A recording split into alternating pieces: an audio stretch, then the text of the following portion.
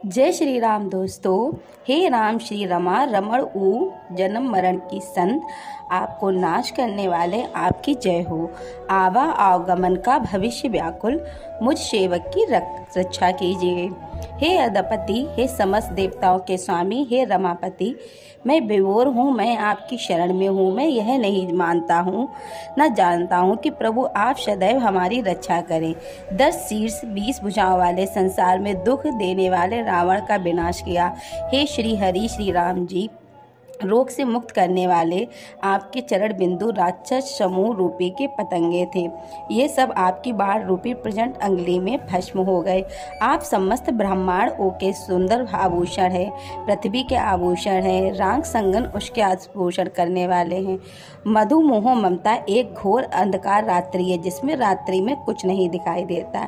ऐसे अहंकारी को ममता आयुक्त मोही सत नहीं दिखाई देता, मनमानी आचरण करता रहता है। महान मद मोह ममता रूपी अंधकार को रात्रि को नष्ट करने वाला तेज और स्वरूप भगवान भास्कर आप हो। आप कामदेवी रूपी भील के सबके हृदय में अपना अधिकार जमा रखा है।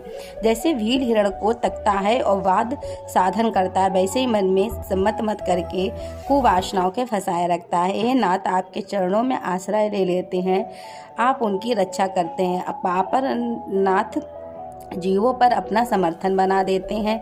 जो आपके चरणों में शरण लेते हैं, यह काम क्रोधी उनको परास्त नहीं कर सकते हैं। पूरा संसार दुखों से पीड़ित है, एक बहु रोग वियोग अनिल योग है। कितनी चिंताएं, कितनी बातें, कितनी समस्याएं, पर जो भी दुख भोग रहे हैं, चिंताओं में फंसे, उनका कारण है भावदंग। निरादर में फले आपके चरणों का निरादर किया, इसीलिए उनको ये भोगना पड़ रहा है। भगवान शंकर करें, यदि कोई भगवान की शरण में आकर उनका नाम जप करते हैं तो संसार सुखमय हो जाता है। दुखालय भी शुद्ध बिंदु बन जाता है। जैसे गरल शुदा रिपु करे हो जाता है, दुश्मन भी मित्र बन जाता है। जहाँ पर कृपा राम की हो जहाँ पर कृपा राम की होए, ता पर कृपा करें सब सोए। जो वही रोग वियोग नहीं लोग, दंगभंग निरादर के फलयोग।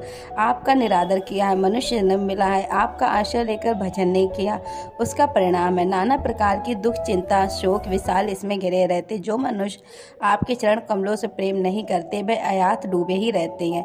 बार बार जन्म, बार बार मरण, भव सिंधु के गाद में नरते ही। पंकज प्रेम नजीर जो आपके चरणों में आश्रय लेते हैं, भजन नहीं करते हैं, इसी में डूबते रहते हैं। जिनके आपके चरण कमलों की प्रीति नहीं होती है, वो चाहे कुछ भी कर लें, लेकिन सदैव दरिद्रता कभी उन्हें छोड़ ही नहीं सकती है। दलित का मतलब फटे पुराने कपड़े या भीख मांगना नहीं है, बहुत भेव, पर उनकी तरह कामना कृष्णा बढ़ती चली जाती है।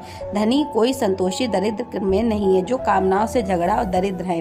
मनुष्य संतोष रूपी धन प्राप्त हो गया है, उससे बड़ा कोई नहीं है। धन प्राप्त हो जाने के बाद भी दरिद्रता नहीं जाती है, हमारे अंदर मांगे बढ़ती जाती है, संतोष प्राप्त होता है। यथा लाभ और संतोष सदा कहो, ये बड़ी आनंदमय वृत्ति है। हे प्रभु, मेरे आनंदित होकर सतमार्ग पे चलते हुए सबको सुख पहुंचाते हुए जीवन व्यतीत करने लगता है। अंत में भगवान की प्राप्ति होती है। जिन्होंने आपकी लीला कथा सुनने को नहीं पाया, उनको संसार अच्छा लगता है। वे बड़े आश्चर्य की बात से कल एक भगत अमेरिका में अपने परिवार सहित रहते हैं। वे कल पूरा परिवार रो कर कह रहे थे, अब मुझे नहीं जाना है, हमें वृंदावन, मेरे भाई मैंने वृंदावन रहने के लिए अब बड़ा है। आधुनिकता का समय, अगर आप भी खरीदेंगे बनाएंगे आपका परिवार, तो आप कुछ नहीं सुनकर बस रो पड़ेंगे, मुझे वृंदावन देना है। अब हमारी इस संबंध में आगे के जीवन में उपदेश केवल प्रिय प्रीतमा की प्राप्ति है।